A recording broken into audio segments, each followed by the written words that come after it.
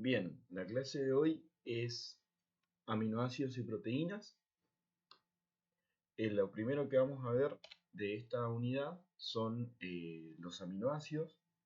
Los aminoácidos son compuestos orgánicos que vamos a tener un grupo amino, un grupo carboxilo, un hidrógeno unidos a un carbono y una cadena R.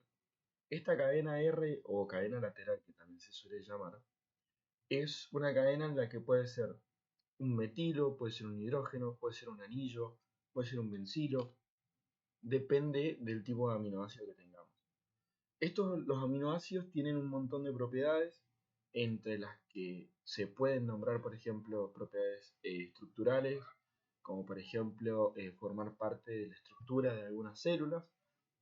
También cumplen con mecanismos de defensa, también tienen propiedades por ejemplo, estructurales a nivel enzimático. Las enzimas son un conjunto de proteínas, al igual que las hormonas, y también tienen distintas funciones fisiológicas y biológicas, entre las cuales acá, por ejemplo, les menciono algunas en modo de ejemplo. Los aminoácidos los vamos a clasificar según su cadena lateral y vamos a clasificarlos en 5 tipos. Los primeros que tenemos son los grupos R alifáticos, donde vamos a tener solo cadenas simples en la cadena lateral, donde vamos a tener, por ejemplo, glicina, alanina, valina, leucina, metionina e isoleucina. Y después vamos a tener los grupos polares sin carga. Estos de acá son no polares. También son 6, acá les dejo los nombres. La particularidad, por ejemplo, que prolina es el único aminoácido que es secundario. Todos los demás tienen un carbono que es terciario. Ya vamos a ver cuaternario, ya vamos a ver un poco de esto. Pero la idea es que ustedes vean acá que se forma un anillo. También vamos a tener grupos cargados positiva y negativamente. Los positivos son 3, lisina, arginina y histidina. En la carga negativa vamos a tener 2, aspartato y glutamato. Y por último vamos a tener la cadena lateral aromática, como por ejemplo fenilalanina, tirosina y triptófano. Cuando hablamos de configuración de aminoácidos, también tenemos que tener presente que los aminoácidos, al tener 4 sustituyentes distintos, se los denomina también quirales, es decir, que este carbono va a presentar actividad óptica. La idea es que dibujando un aminoácido con el grupo carboxilo en la parte superior, la cadena lateral en la parte inferior y el hidrógeno en la parte izquierda, nos queda el grupo amino en la parte derecha. Si está en la parte derecha, vamos a decir que es un D-aminoácido, y si el grupo amino se encuentra a la izquierda, vamos a decir que es un L-aminoácido. En cuanto a propiedades ácido-base, nosotros podemos mencionar que los aminoácidos pueden cumplir de una característica muy importante, y es que pueden estar tanto en forma catiónica, en forma aniónica, o en las dos formas a la vez, que nosotros vamos a llamar zwitterion. Bien, lo que vamos a hacer acá es ahora dibujar un aminoácido.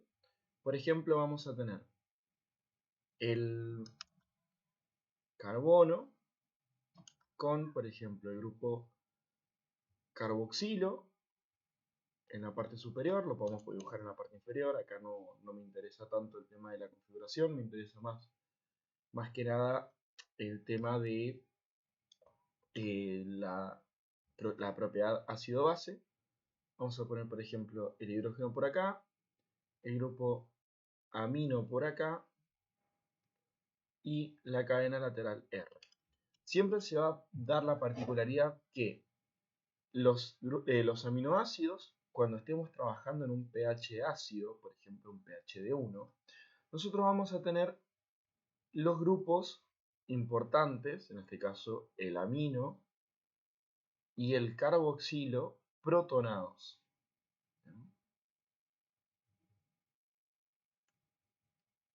Esto puede ser a cualquier otro pH, pero siempre manteniendo la premisa de que sea un pH ácido. Una vez que nosotros tenemos totalmente protonado, generalmente tiende a desprotonarse el grupo carboxilo primero, cuando vamos a pasar a un pH un poco más neutro. Y vamos a dibujar esto ahora con una carga negativa. Un hidrógeno por acá y la cadena R. Yo en el amino sigo conservando la carga positiva, pero ahora estoy trabajando en un pH, por ejemplo, de 7. Y acá tengo la particularidad que tengo dos cargas. Una carga negativa en el grupo carboxilo y una carga positiva en el grupo amino. Esto es lo que yo conozco como forma Switteriónica o Switterión, donde la carga positiva y la carga negativa coexisten. Es decir que sí o sí voy a tener esas dos cargas presentes. Y esto siempre se da en los aminoácidos. Una vez que yo dibujo la forma switteriónica, vuelvo a hacer el equilibrio, pero ahora desprotono el grupo amino. Vamos a dibujarlo un poquito mejor. Entonces voy a tener hidrógeno por acá, carga negativa presente en el carboxilo y la cadena R. Esto suele pasar, por ejemplo, en un pH de 11. Estamos hablando de cada un pH básico. Y en este caso vamos a tener que están deprotonados o desprotonados, como a ustedes les guste escribirlo más. Entonces, esta es una de las particularidades que vamos a tener en cuanto a propiedades ácido-base de un aminoácido. Algo también para aclarar que como estamos hablando de un equilibrio ácido-base, nosotros vamos a tener, por ejemplo, un pKa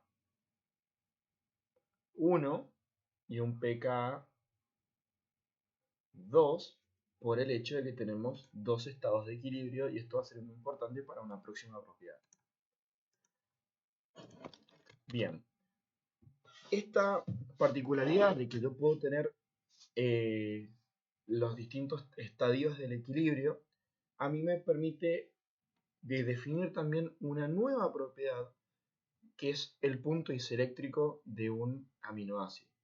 Básicamente, el punto isoeléctrico de un aminoácido es el punto donde existe en su forma switteriónica, como tenemos acá en la figura de arriba.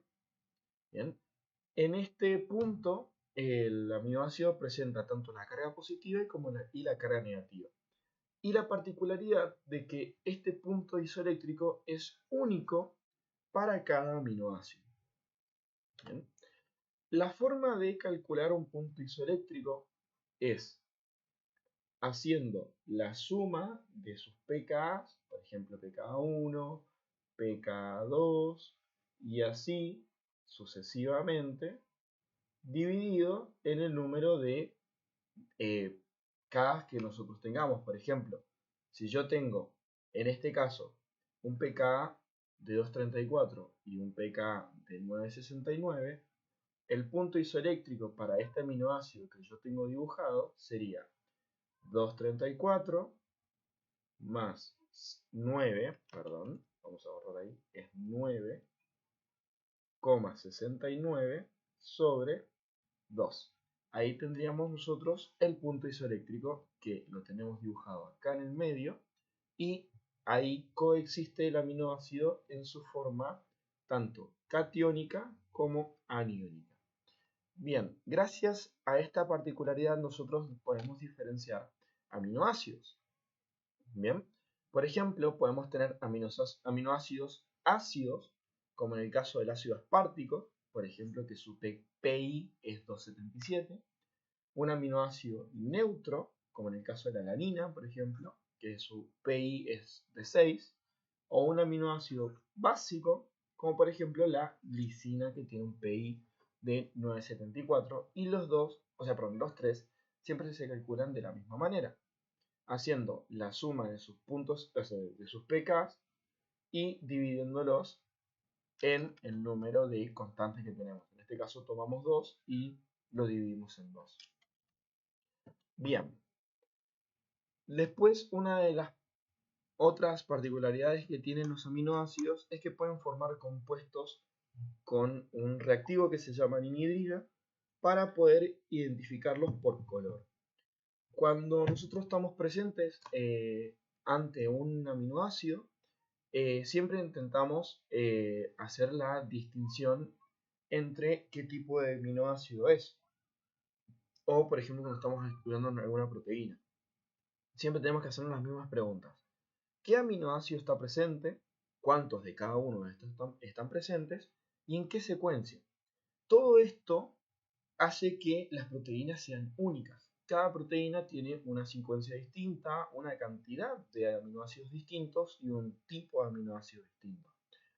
Lo que nosotros vamos a tener es la reacción de la ninhidrina, que es este compuesto aromático que vemos acá, ¿bien?